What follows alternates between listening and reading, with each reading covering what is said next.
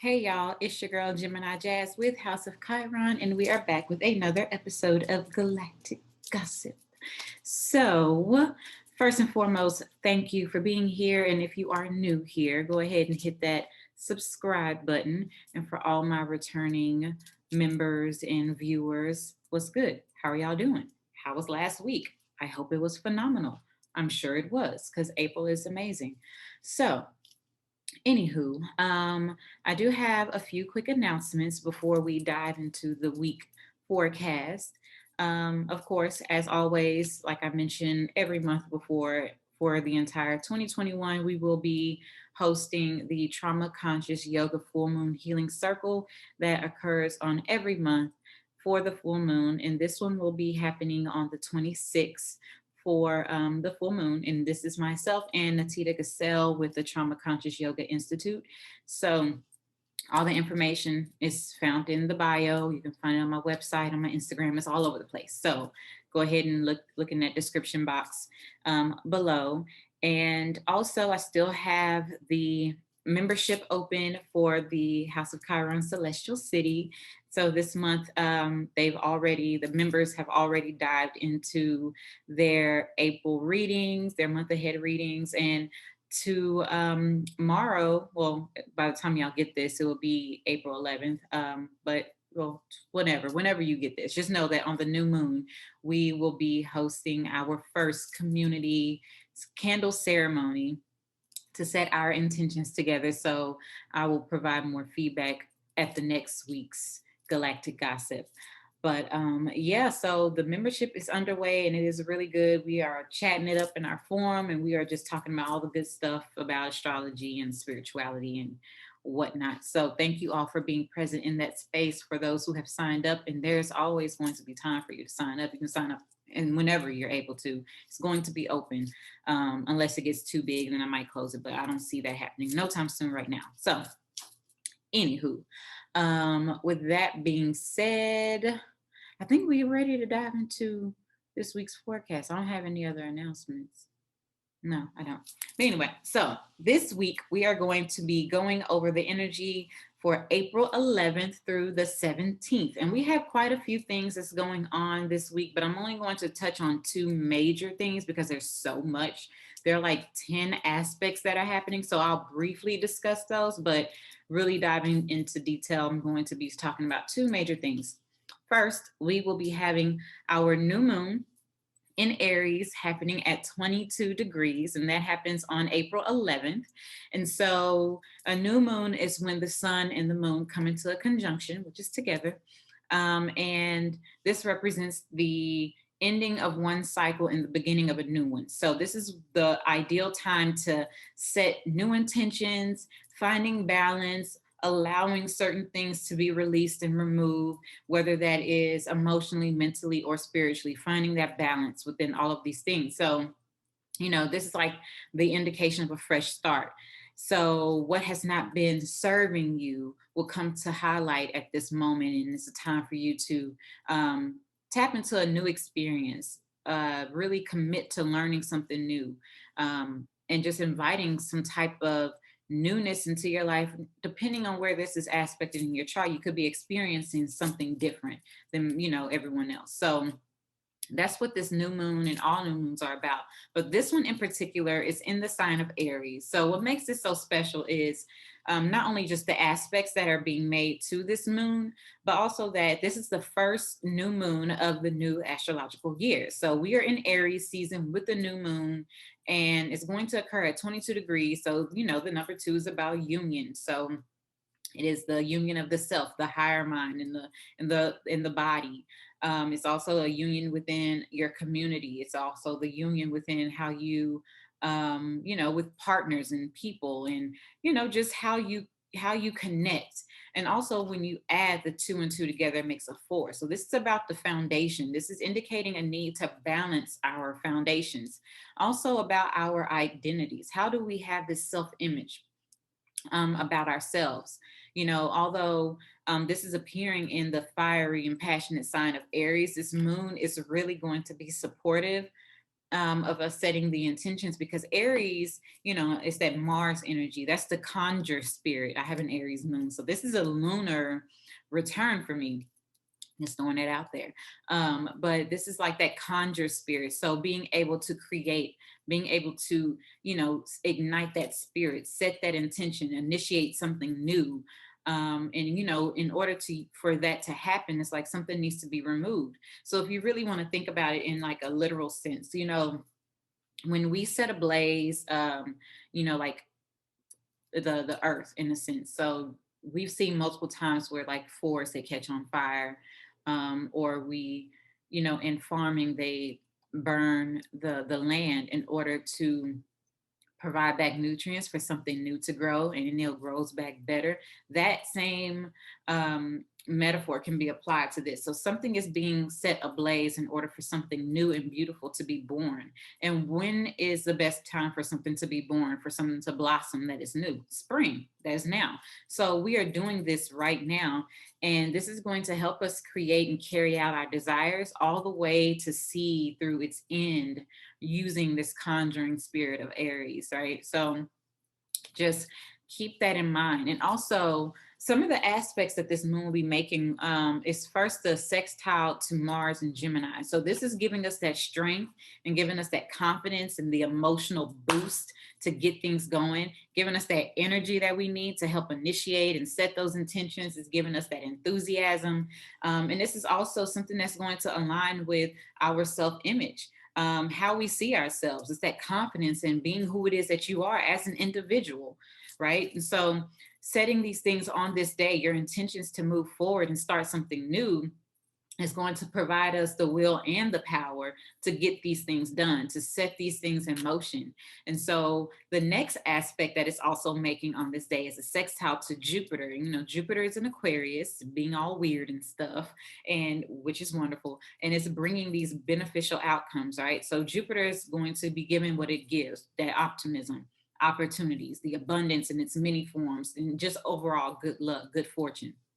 And so we can use this energy to actually break through these barriers that we have, these restraints that we've placed on ourselves and that society has placed on us. So this is wonderful energy to set your intentions, because with this sextile to Jupiter, especially if you've been doing that work and been learning those lessons, right? Because Jupiter is also that teacher, is about your beliefs.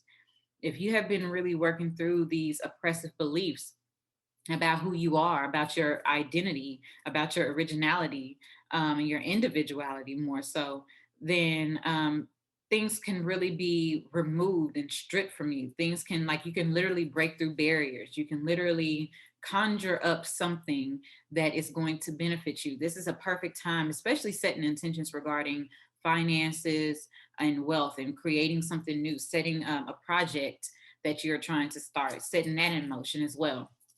And so anything that is unseen, or anything that has been holding us back from living within that abundance, within our originality, then all of those things will be coming to the surface during the time of this energy. And then we'll be able to recognize it, identify it, and remove it.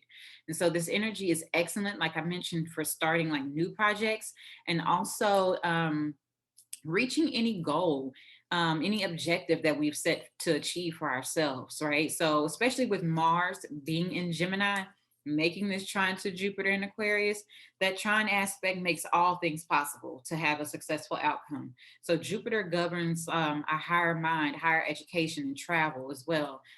Jupiter is the philosopher. So anything in these areas are favored also. So like, just say for instance, hypothetically speaking, or just as an example, you're looking to initiate like a new school or online school, that Mars and Gemini favors that. Also the Jupiter in Aquarius favors that. Something that you learn, something that is of you, the lessons that you've learned and the things that you've experienced through life. And if you dare to share those experiences with others, to teach a new way or to teach something different, this is a wonderful time to set the intentions to get that initiated. But when you set your intentions, it's important to set not only what it is that you desire to obtain, but also the action steps to obtain that. So keep that in mind as well when you are setting your intentions on this day. And so overall, just to kind of summarize it, This new moon in Aries is excellent. It's an excellent chance for us to allow the spiritual world to create our material world. It's going to be increasing and improving our wealth, our love life, our relationships, and just giving us opportunities to really tap into these different areas and improve all these areas of our lives, the things that bring us pleasure, and also in the way that we identify with these areas as well. So keeping that in mind. So after that, on the same day, we do have Venus in Aries, and it's making that square to Pluto in Capricorn. So this is just a lot of significant transformation in our partnerships and our finances that are very possible on this day. And Pluto is about transformation. So that is going to be happening. And then we have a sextile to Mars, the sun in Aries, sextile in Mars and Gemini. And before all of that is happening right before Venus enters into Taurus later on in the week. So we have all of this energy that is like really favorable for us to initiate something new. And then we have Venus, the planet of love and finance and our self-worth, our net worth, our pleasure senses, food, and all these things. So you have this planet that's returning home to Aries. So it rules, not Aries, excuse me, Taurus. So Venus rules Taurus, and it's going to be providing us about 3 to 4 weeks of happiness and balance in our love and in our finances. So we might either find ourselves spending more money or receiving more money, or a combination of both, because we are receiving money, we might be spending a little bit more. That's just a thing. So just keep that in mind. During this transit, we will be prone to like dive into like the luxuries of life, feeling good, feeling more secure within our values and the things that we desire. Also, exploring pleasure and what pleasure really means and what it looks like for us. And that's because Venus is the goddess of lavish love and sensuality.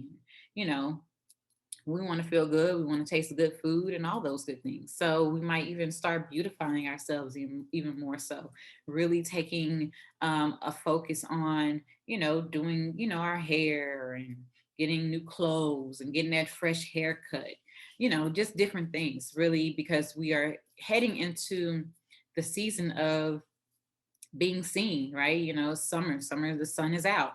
So we want to be seen, and we want to be seen looking well and feeling good, right?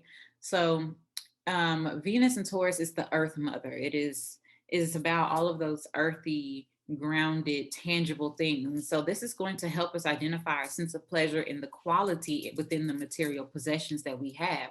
So Venus rules that material possessions, but also at the same time teaching us not to waste too much energy in the material world, right?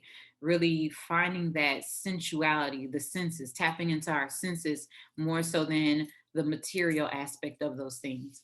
Like, really, what does this mean? The pleasure behind it.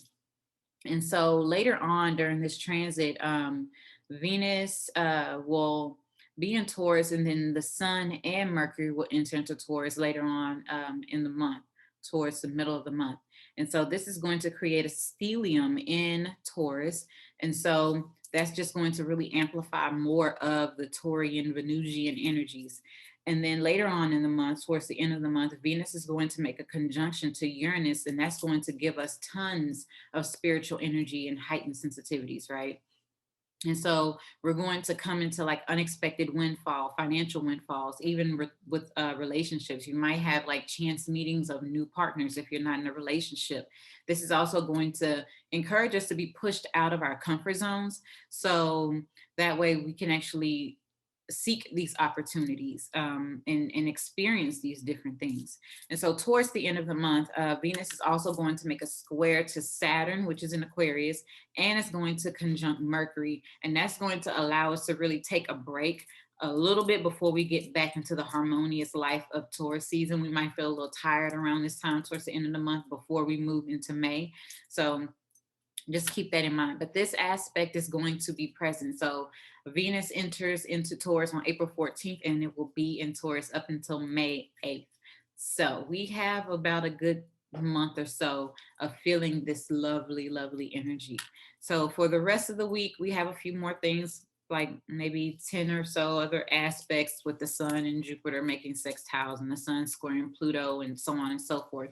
But to get that information, you must subscribe to my newsletter or join me in the House of Chiron Celestial City, because I go into deep detail on a daily basis for that. And these are just, minor aspects that happen. But the major things are these two things: this moon and then Venus making its move back home. So that is all that I have for you for Galactic Gossip. And I hope that it has been beneficial and has been helpful for you. I wish you all a wonderful week and a blessed new moon in the sign of Aries. And make sure y'all set those intentions. Y'all have a wonderful one. Bye.